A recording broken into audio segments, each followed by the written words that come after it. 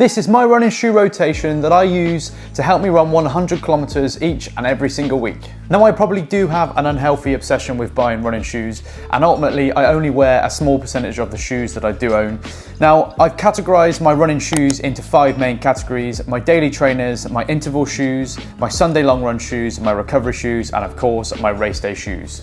Now, I do roughly 80 kilometers a week at my easy pace, therefore my daily trainers get an awful lot of mileage in each week. This is the bread and butter of my training, and my favorite daily trainer at the moment. I have 2 pairs, but my favorite trainer is the Pegasus. This is the new turbo version. This was given to me by my girlfriend, and to be honest with you, the upgrades from the previous 38 version that I do have are massive. They now use the ZoomX foam, which, as you can probably tell in comparison to the older version, has a little bit more cushion on here, and they're so much better for your easy runs. They feel like a super shoe, to be honest with you, and I probably could use them for my training in my faster reps, but they are really comfortable and I'm a big fan of these. I also do a lot of daily miles, and probably half my daily miles with the Hoka Clifton 9. This was a really good shoe of mine. Unfortunately, like a lot of Hoka shoes, I do find when they get after the 100 kilometer, the foam really does fade out and it does become a little bit of a chore. For me, the main thing when I'm doing my easy miles is that they are comfortable. I'm not really too bothered if they're fast or not. Moving on to the second category, which is my interval workouts, and I do 2 different types of interval workouts, which will explain the difference in shoes. The first interval workout I do is with the Nike, and these are the Vaporfly 3s, and these are an absolutely incredible shoes. Now, a lot of people say you should only race in these, but when you do a lot of miles, to be honest with you, I want to wear something that is quick but also supports your feet. There is a plate in here, and I think there's 40 mil of stack height, so they are pretty naughty to do. But ultimately, in my sessions that I'm wearing these, I am probably racking up between 25 and possibly 30 kilometers. Admittedly, probably only 10 kilometers of that is working at a race pace or above, but a lot of the miles I'll do around them. This shoe really helps me and feels like I'm getting the best out of running long distance, but also running fast. The other shoe that I do use for my speed workouts is the Nike Pegasus, and this is the older version. I use this predominantly on the track for faster reps, not normally the longer marathon, half marathon type of training, more for the 800 meter, 400 meter reps. I use this shoe because it's the closest I can find to an old school flat in today's shoe buying world. The reason I'd like to wear a flatter shoe is because it helps me to promote form, and it gives me a real understanding of what my pace is. Sometimes when you are wearing a super shoe, it does make you feel like you're running faster than what you possibly are.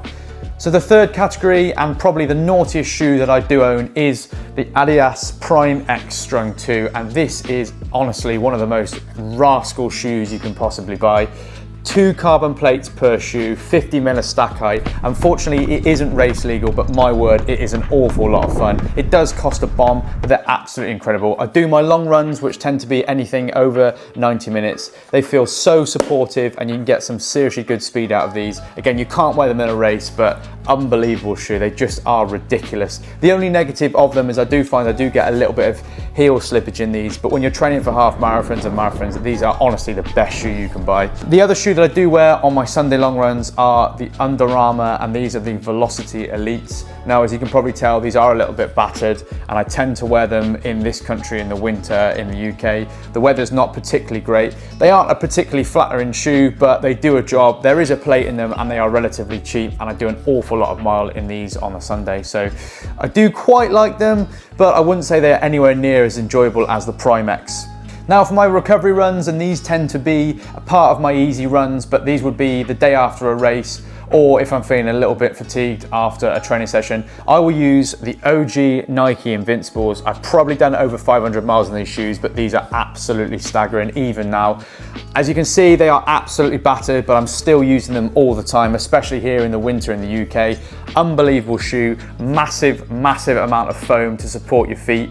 You really wouldn't go very fast in these if you tried to, but they do a perfect job of allowing you to run when your legs are feeling quite fatigued. I do also have, just behind me, I do also have the newer version of these. I'm actually not as big a fan of these as I am with the old ones. I find the upper just isn't quite as comfortable. I don't know what it is, but the laces tend to dig in a little bit as well. They don't seem to fit as well. They are a really good looking shoe though, and I tend to turn up to most of my races in these because they are unbelievably comfortable to walk in. Not quite as good to run in, but these are my second recovery shoe. So saving the best category to last, this is my race shoe. At the minute I'm racing 10K, 5Ks, days and half marathons. To be honest with you, I probably do only wear my race day shoes for a maximum of 3 races, especially when I'm running slightly longer races like the halves and the 10s. At the minute, I'm currently wearing the Adidas Pro 3 and they do look quite fresh. I've actually got mixed opinions in these. When I first started wearing them, I loved them, but after my recent half marathon, I got blistering on the bottoms of my feet, but also what I call on the knuckles of my toes as well. So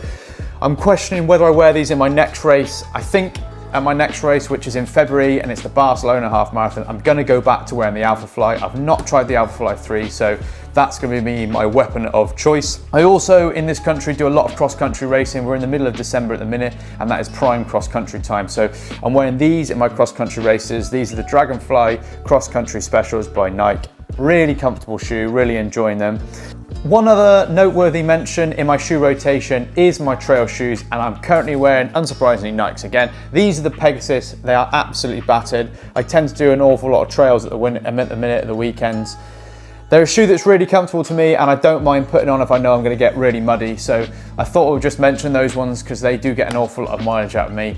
There we go, guys. That was my running shoe rotation that helps me run 100 kilometers each and every week. Please let me know what your favorite shoe is at the moment or what shoes are in your rotation. I really appreciate all the support recently on the channel. Thank you for watching and take it easy. Goodbye. Right on time for the parties and Barbies. Strolling with a chunk of green like a golf swing.